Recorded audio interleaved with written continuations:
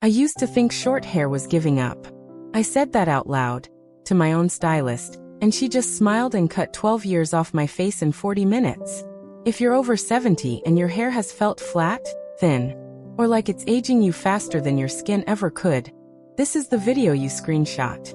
I'm walking you through 3 specific cuts that stylists reach for again and again on women exactly your age, plus the one secret that makes any of them actually work at home. I researched the best hair fixes for women over 50 so you get real results, fast, no guessing, no trial and error at the salon chair. If you haven't already, hit subscribe. I cover this every single week. Part 1. The cut stylists call the facelift bob. Most women over 70 think a bob is just short hair with no personality left in it. That is exactly backwards. A cut chin length with soft, angled layers around the jaw is one of the only haircuts proven to visually lift a lower face without a single needle or dollar spent on anything else. It works because it draws the eye up and out, right where gravity has been pulling everything else down for the last 20 years. Here's the part nobody explains properly. When hair sits heavy and long past the shoulders, the weight pulls the whole face downward with it. Every strand becomes a tiny anchor tugging at your jawline. Cut that length off at the chin and angle it slightly forward, and the opposite happens. The eye reads lift instead of drag. You've probably felt this without knowing why. That moment in an old photo where your hair was shorter, and somehow you looked brighter, more awake, more you. That wasn't the lighting. That was length doing exactly what it does at this age, working against you instead of for you. The fix is specific, so let's get into exactly how this cut is built.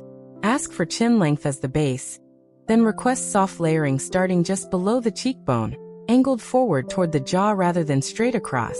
This forward angle is the whole trick. A blunt chin bob can look severe on a mature face.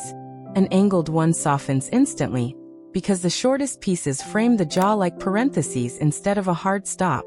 The fringe matters just as much as the length. Skip a blunt, straight across fringe entirely. Ask instead for side-swept pieces that graze the outer edge of the eyebrow and blend back into the layers rather than sitting as a separate block. This single choice is often the difference between a cut that ages a face and one that visibly softens it. A hard fringe line draws attention to forehead lines. A swept, blended fringe draws attention to the eyes instead. Here's the result you're actually paying for. Women who make this switch consistently report the same thing back to their stylist within weeks.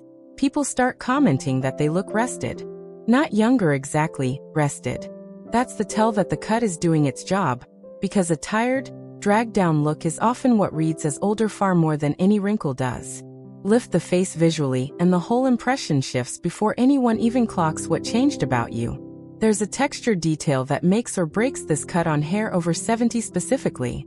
Fine or thinning hair, which most of us have by this age whether we admit it or not, needs the layers cut with a razor rather than blunt shears at the very ends. A razor cut leaves soft, textured tips instead of one heavy blunt line. And that texture is what creates the illusion of density. Ask for this by name. Say razor the ends for texture. Most stylists will nod immediately because it's a request they rarely hear but always appreciate. It tells them you've actually thought about your hair rather than just showing up with a photo and hoping. Color plays a supporting role here too. If your hair has gone silver or is heavily gray, this cut reads even more striking, because the angled layers catch light differently at every length, giving natural-looking dimension without a single foil. If you're still coloring, ask your colorist to keep the ends slightly lighter than the roots. It reinforces the same lifted, textured look the cut is already creating. Now here's the before and after that makes this real. Picture the before, hair past the shoulders, one length heavy, pulling everything down and adding visible years through sheer drag alone.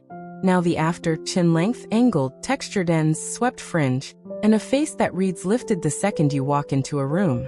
Same woman, same bone structure, completely different first impression.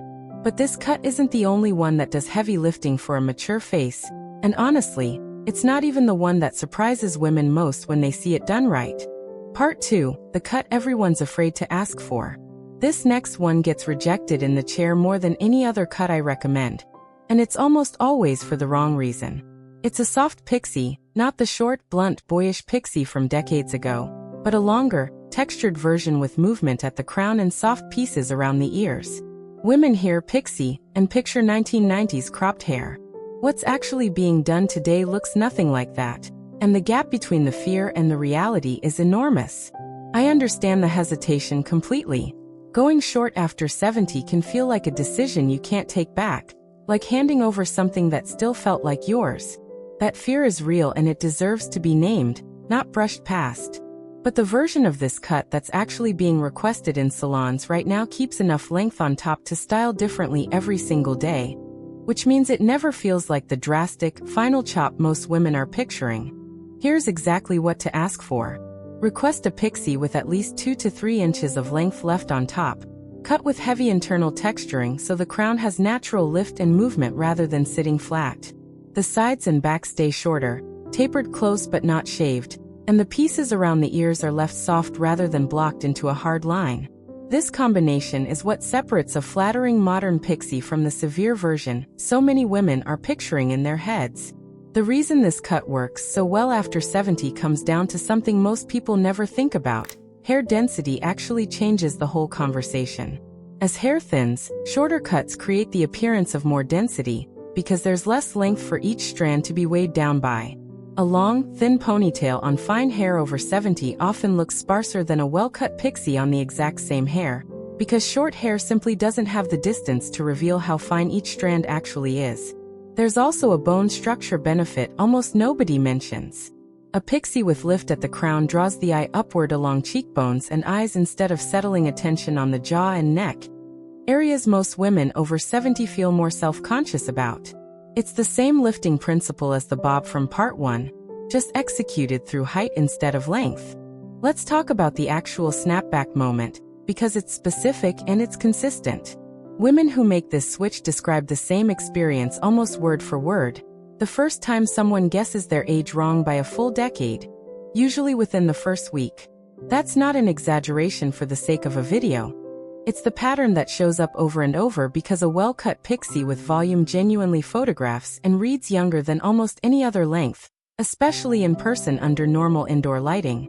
One more detail that matters enormously for hair over 70 specifically: ask your stylist to point cut the top section rather than using scissors straight across. Point cutting creates soft, irregular ends that catch light and create the illusion of thicker hair. Exactly like the razor technique from the bob, just applied to a shorter length. This one request changes how the entire cut photographs and holds up day to day. If you're worried about maintenance, here's the honest answer. This cut actually needs less daily effort than most longer styles, not more. A little volumizing mousse at the roots while damp, a quick blast with a dryer using your fingers to lift at the crown, and you're done in under 10 minutes. No curling iron, no flat iron, no complicated routine. Picture the before, hair thinning visibly at the crown with no volume. Styled the same flat way it's been styled for years out of habit rather than choice. Now the after, textured pixie with genuine lift and movement, softness around the face, and a silhouette that reads current rather than dated. There's one more cut left, and it might be the most requested one this year for a very specific reason nobody expects. Part 3. The longer style nobody warned you about. Here's something that might surprise you. Not every flattering cut after 70 means going shorter. The third cut on this list is a long layered shag that keeps length past the shoulders, and it's requested constantly right now for one very specific reason. It solves the exact problem that makes long hair look aging in the first place, without asking you to give up length at all. That problem is weight without movement. Long hair on a mature face often looks heavy, static, and flat, not because the length itself is the issue, but because it's usually cut with too few layers to create any motion. Add heavy, face-framing layers starting around the cheekbone and continuing down through the ends, and the same length transforms completely. Ask for this specifically: a shag cut with the first layer starting at cheekbone height, continuing in soft, choppy sections all the way to the ends, rather than one or two long layers that barely move. The choppier and more frequent the layers, the more the hair moves with you rather than sitting like a heavy curtain. This is the single biggest difference between a long cut that ages a face and one that softens it. The face framing pieces deserve their own conversation because they're doing the most visible work here. Request pieces that come forward past the jaw on both sides, Cut slightly shorter than the rest of the layers, landing somewhere between the chin and the collarbone depending on your face shape. These pieces sit directly alongside the jaw and neck, the two areas that show the most visible change with age. And soft moving hair right at that boundary genuinely distracts the eye in the most flattering way possible. There's a texture principle at play here too, the same one from both previous cuts, but scaled up for length. Ask your stylist to point cut or razor the very ends of every layer. Never leave them blunt. On long hair specifically, blunt ends read heavier and can drag the whole style down, while textured ends catch light at dozens of different points instead of one flat line, creating the appearance of both movement and density at once. Here's the outcome that keeps this cut in such high demand. Women who switch to this shag from a single length long style describe the exact same shift. Their hair suddenly looks like it belongs to them again, rather than something they're simply maintaining out of habit. That distinction matters more than it sounds. Long, unlayered hair on a mature face can start to feel like upkeep rather than style, something you keep because cutting it feels like too big a decision. A well-layered shag keeps every inch of that length while giving it a reason to exist, movement, shape, and intention. There's a color note worth mentioning here as well. This cut is particularly striking on hair with natural or added dimension, subtle lighter pieces woven through the face framing sections especially. If you're already going gray or silver, ask your colorist about soft, barely there highlights woven only through those front pieces. It amplifies the movement the layers are already creating without requiring an all-over color change. One important note on maintenance, since this is the longest of the three cuts. Layers this frequent do need a trim roughly every 10 to 12 weeks to keep the shape crisp, slightly more often than a bob or pixie would need. That's the trade-off for keeping the length, worth knowing before you commit, so there are no surprises at your next appointment. Picture the before, one length long hair with minimal movement, heavy at the ends, styled the same flat way for years. Now the after, choppy face framing layers starting at the cheekbone, textured ends catching light, and length that finally moves the way it looks like it should. Now, all three of these cuts share one thing in common that most women never ask about, and it's the actual reason some of these styles look incredible on one woman and flat on another. Part 4. The styling secret that makes any of these work. Here's something your stylist probably knows, but rarely says out loud unless you ask directly. The cut is only half the equation. I've watched two women walk out with the exact same bob, and one looks 10 years younger while the other looks like she just got a trim. The difference almost never comes down to the scissors. It comes down to one styling habit almost nobody over 70 is doing at home. And it takes less than 2 extra minutes. That habit is directional drying, blow-drying hair against its natural fall rather than simply drying it downward and calling it done. Most of us learn to dry hair the fastest way possible, pointing the dryer straight down and moving on with our day. That method dries hair flat against the scalp, which flattens exactly the volume and lift that every cut in this video was designed to create in the first place. Here's exactly how directional drying works, and it takes almost no extra equipment. While hair is still damp, use your fingers or a round brush to lift sections at the root in the opposite direction they naturally fall. Then direct warm air from underneath, not from above. At the crown specifically, lift straight up and dry from below rather than letting the dryer push hair flat against your scalp. This single change is what creates the lift that makes a bob look lifted, a pixie look voluminous, and a shag look like it's actually moving rather than just hanging there. The reason this matters more after 70 specifically comes down to hair's natural behavior as it thins and changes texture. Finer, more mature hair loses its ability to hold shape on its own the way thicker younger hair does. Directional drying essentially trains the hair into the shape you want as it dries, using heat and direction instead of relying on the hair's own body to do the work. Skip this step, and even the most perfectly cut style will fall flat by midday, no matter how good the cut itself is. There's a second layer to this secret that ties directly back to every cut in this video. Product placement matters as much as product choice. A small amount of volumizing mousse, roughly the size of a walnut, worked through damp roots before drying, gives the directional technique something to hold on to. Without it, lifted sections tend to fall back down within an hour. With it, that lift holds through an entire day. Apply it only at the roots, never through the ends, since product on fine ends can weigh them down and undo exactly the texture your stylist worked to create. Here's the payoff that makes this 2-minute habit worth building into your routine permanently. Women who add directional drying to any of these 3 cuts report the same thing. Their hair holds shape from morning appointment to evening dinner, without a single touch-up in between. That's the real difference between a cut that looks good for one photo at the salon and a cut that actually works for your life.